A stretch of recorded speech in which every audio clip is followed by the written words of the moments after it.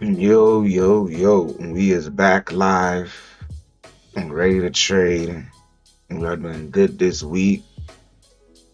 Wake y'all po ass up, man. It's time to get to it.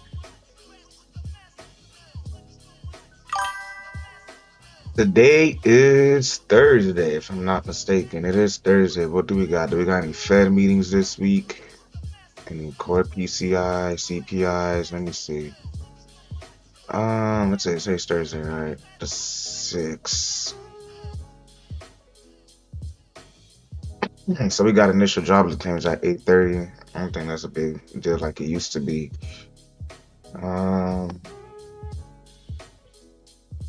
than that, nothing so far for the day. And then Friday, we got non-farm payrolls.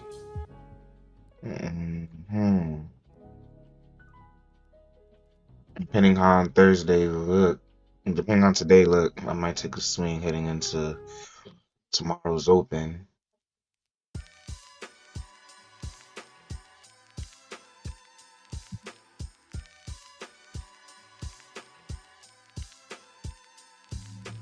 Good evening, ladies and gentlemen.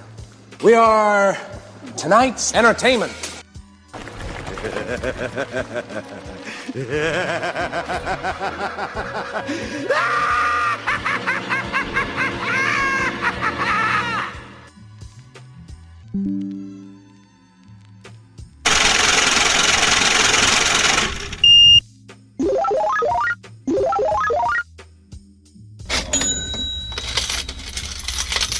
Yeah, nigga, we here, ready to trade, man. Let's get to it. Man, gotta get that morning tea going, you feel me? Wake my ass up too. Still a little groggy, but we all good.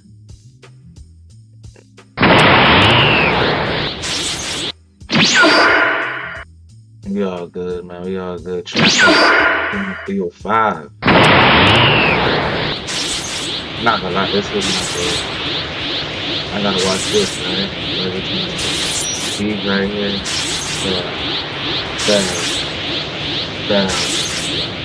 So let's see if this comes at open, and you might put at open if it fails again.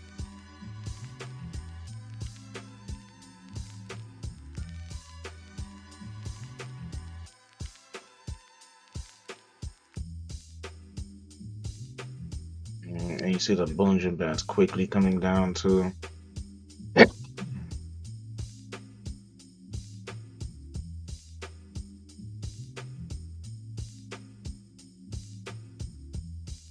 That roll over, we thought there was going to be a rug pull, and so it didn't happen. So I think that's a distinct difference between what's happened over the last few weeks, or 2 weeks at least, compared to what we saw January and February. Now we can say, well, the war was just beginning then, not really now. Well, things really hasn't changed much.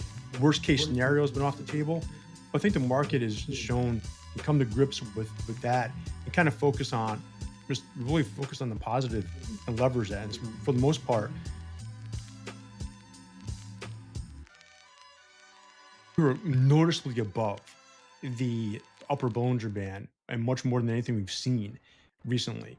And took a closer look at it, and one of the reasons that happened, was a big move, was really because of the decidedly slight directionalist trading range we've had over the last number of months. So it looks much more pronounced than maybe it is, because if you think about like the last 2 times we had big rallies off of lows, this past March and April, even the one before that, right?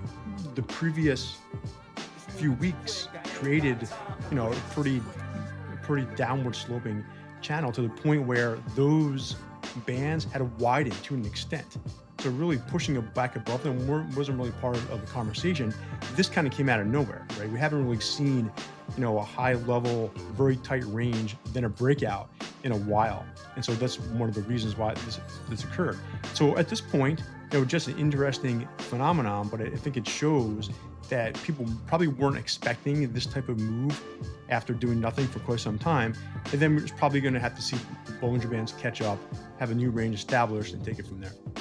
Yeah, so theoretically, the top of the Bollinger Bands are going to be support. We'll see how long that holds up. Okay, moving on. There's some more Bollinger